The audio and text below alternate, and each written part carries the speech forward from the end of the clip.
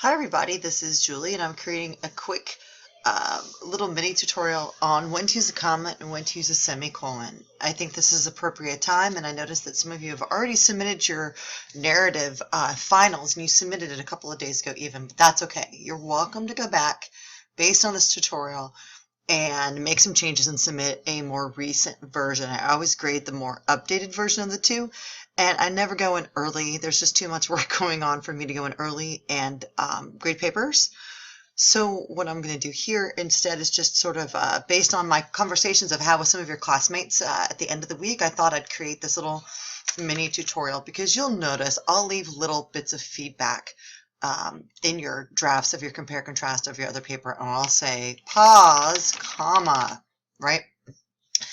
And what I'm trying to suggest here is that there are the rules to English are kind of weird, and English is this hodgepodge language of German and Latin and Saxon and Swahili and French and Spanish and all of these languages mixed together. And so it's not so much consistent as it is you just have to learn the rules. It's all about memorization of grammar rules. And, we have the regular verbs and they kind of work the right way. And then we have irregular verbs and so on and so forth. And punctuation is not always a consistent rule either. You have to think about when you're using commas, for example, is don't worry so much about the grammar quizzes you've got in this class.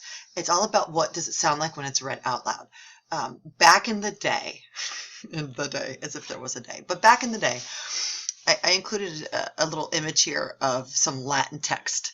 And what you'll notice is that in this example, but not in all examples, I'm talking about texts that are probably 2,000 years old and beyond.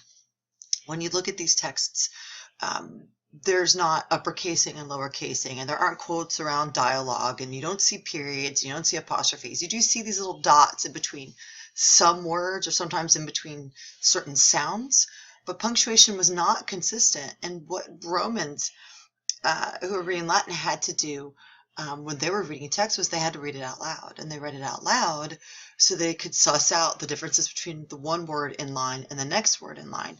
Punctuation evolved over, thousands of years, and even punctuation between American English and British English is different. So, for example, in American English, we use double quotes to signify something that's being quoted, but in British English, they usually use single quotes, and then they flip it, a quote inside a quote.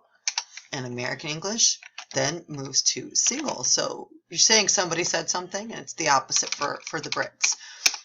So even within the same sort of language systems, you have differences in punctuation. And so when you're writing in an academic space, what you want to make sure is that if the text was read out loud, that's where the punctuation goes. And that's the key for comma use, and that is the key for semicolon use, and it's about pauses.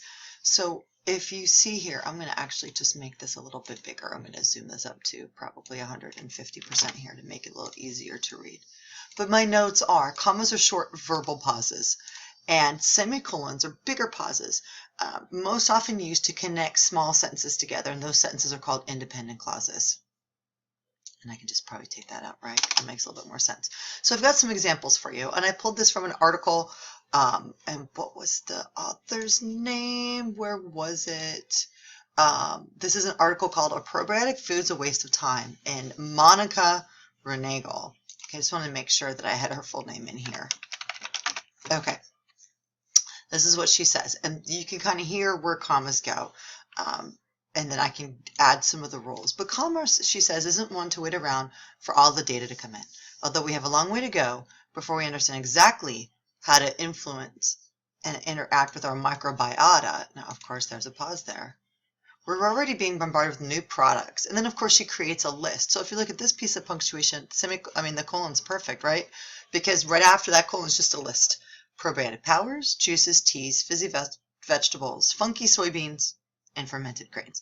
So you've got all of these commas here because they're just separating items in a list. Now, this is an interesting comma because this is what's called the serial or Oxford comma. It usually separates the second to last in a series. Now, in certain styles like Associated Press, so newspaper style, they don't include that comma because back when newspapers were printed, they wanted to save every single character And the shorter you can make each line, the more you could fit onto a page. The more you could fit onto a page, the more you'd save in printing costs.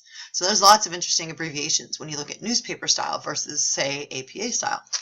But the Oxford comma is actually quite helpful, because oftentimes if you have groups of people, you have groups of things, funky soybeans and lima beans, what if that's a group of items? Probiotic powers is one group, juices is another group, teas is a third, fizzy veg is fourth, soybeans and lima beans are fifth, and then fermented grains is sixth. So what you're showing here with this comma here is that these guys are working as a unit. So commas are about verbal pauses, but they also are about making sure you're categorizing items appropriately. So short verbal pauses,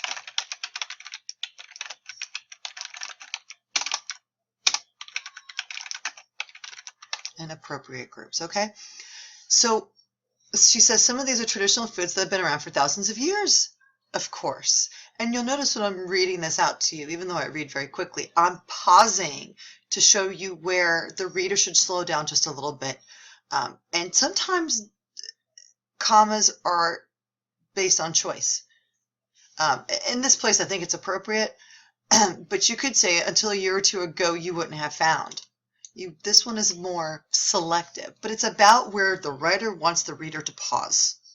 There are obvious rules that go around that, and you could say, okay, so if you're separating items in a series, of course you have to have these. It would confuse the reader otherwise, but once in a while you just need to slow a reader down. So that's commas in a nutshell. It's about if you read this out loud, and when you train somebody to read this out loud, you're giving them a cue of where you want them to just pause just a little bit. Okay, so comma use in a nutshell. If you look it up after the word microbiota here, you'd say, although we have a long way to go before we understand exactly how to do this, we're going to do this. So it's an although X, Y statement. Although X, also Y. So you slow down in between those statements to show that you're switching gears. So although we do this, we also do this. That's why that pause is there. So commas are often short verbal pauses that help you switch gears, that help the reader slow down to make sure that there are different movements that happen within sentences. And the key is, for 85–90% of the time, if you read it out loud and you read slowly and you exaggerate the reading, you're going to catch where that comma goes. Don't worry about memorizing grammar rules. Ignore the quizzes that you're taking.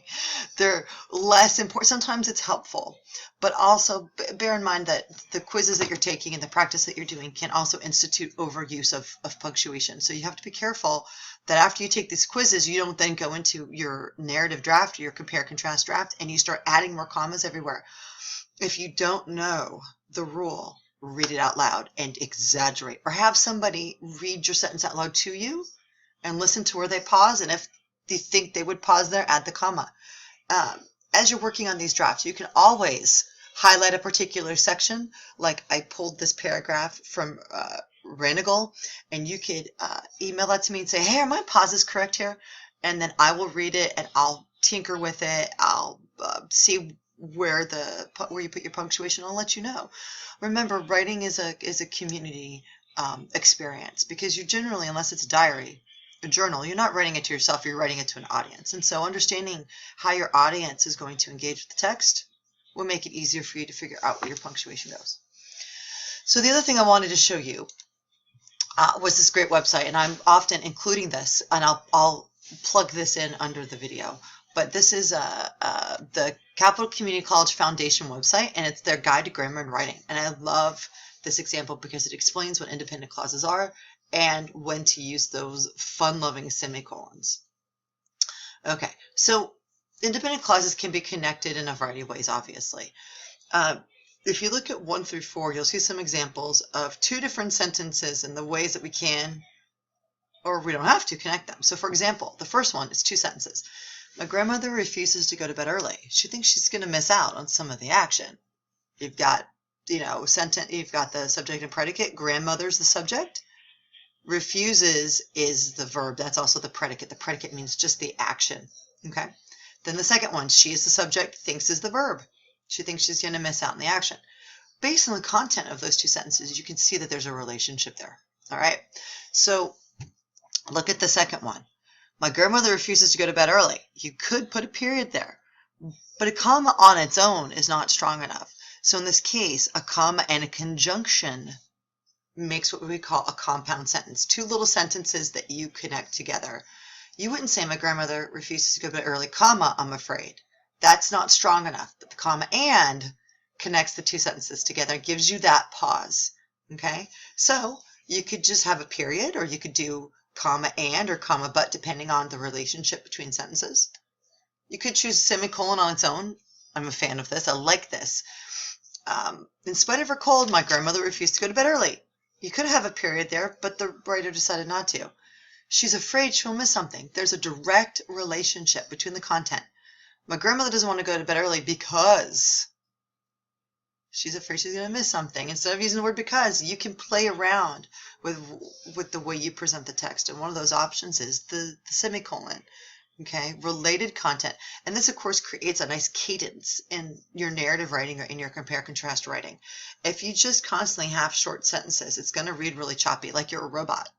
You don't want to read like a robot. Sometimes you want to connect these related ideas together for a little bit of longer sentence. So you have, it's almost like writing sonnet, writing poetry, where you have stressed syllables and unstressed syllables. Well, short sentences are less stressed, and then you've got the longer sentences, so you're creating a flow of on, off, and you don't have to have short sentence, long, short, long, but you can have a couple of short, then one or two long, and you can just mix it up. It will allow for variety and ease of reading for your audience. Okay. Now, once in a while, you get number 4. My grandmother has stayed up late 4 nights in a row. As a result, she can't seem to get well. So that's a conjunction or transitional expression. You're familiar with those. However, nevertheless, consequently, right? So you use a semicolon, and then you've got a little bit of that bumper. That's the transitional expression. As a result, however, otherwise, as a result, to ease us into like a rationale or a reason for what's happening. You know, she's sick because she can't go to sleep. So anyhow, I hope that this hasn't confused the case, but there are a couple of reasons why you want to use commas. Slow your reader down. It's all about what it sounds like, okay? Or to separate items in a series. And then semicolons connect small independent clauses together. After you watch this video, I hope if you have any questions, you let me know. And I look forward to working with you and seeing your final narrative papers today.